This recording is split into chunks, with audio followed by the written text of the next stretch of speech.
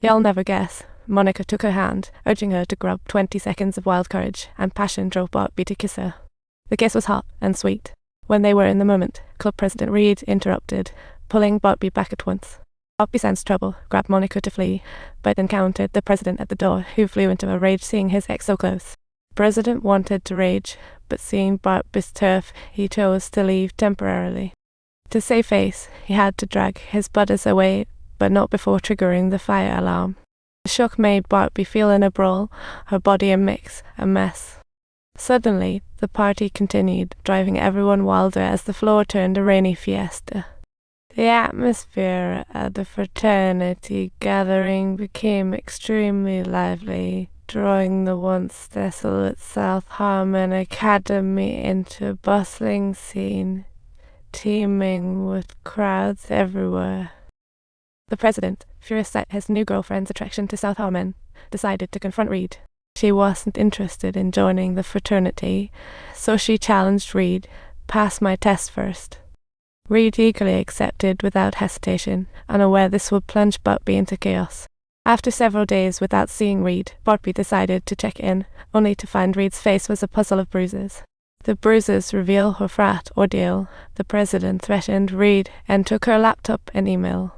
Subtitles: Reed's patience wore thin to the point of a mental breakdown, opting to yield to the president, whereas Bartleby went beyond the limits.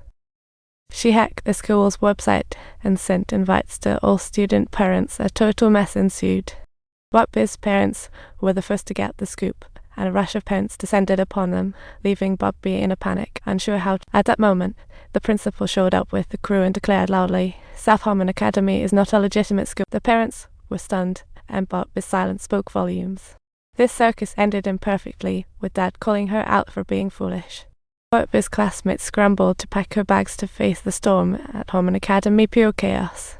Monica watched in disappointment, feeling like hope was fading, but the classmates had no complaints. They at least earned respect at South. Bartleby's life lost its sense of direction, and she was about to face a lawsuit that could change many lives, and fast. The once lively Harmon Academy had turned into a ghost town, surrounded by barricades.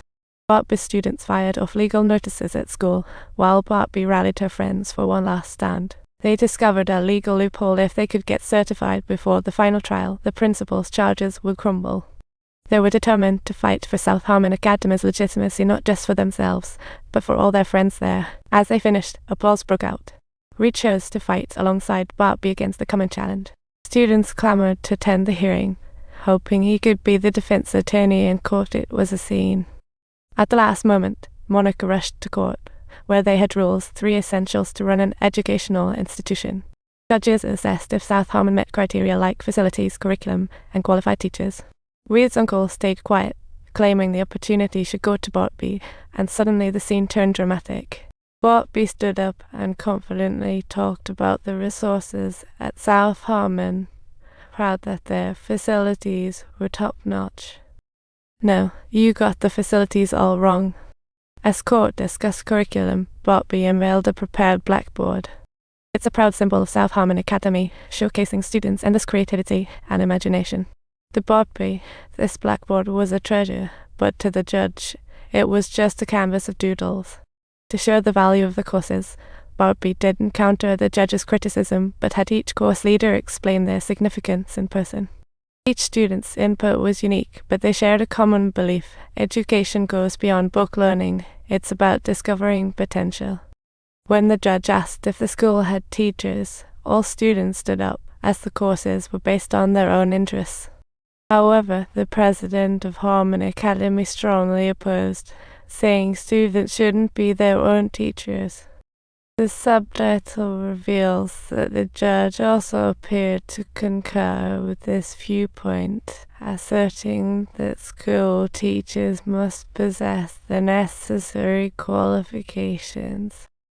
Confronted with such a challenge, Bartleby was taken aback. Neither party was willing to back down. However, Bartleby embarked on delivering the most unforgettable speech of his life, only to be publicly criticized by the principal. Bartleby viewed the principal as the true criminal, stifling students' creativity and passion, his words growing more impassioned. Because they had already achieved victory on more important levels, finding direction in life and discovering real learning doesn't depend on tradition. Instead, it depends on the inner passion of each individual and their keen insight into the world. We don't need professors, high-ranking school officials, or money to learn at all.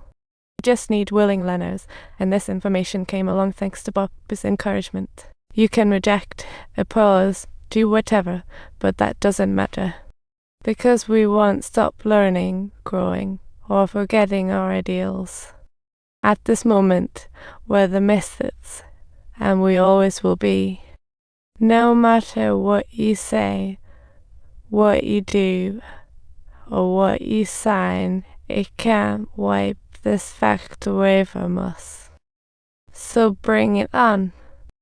As the judge's gavel came down, don't forget to like and subscribe. Our fight has just begun.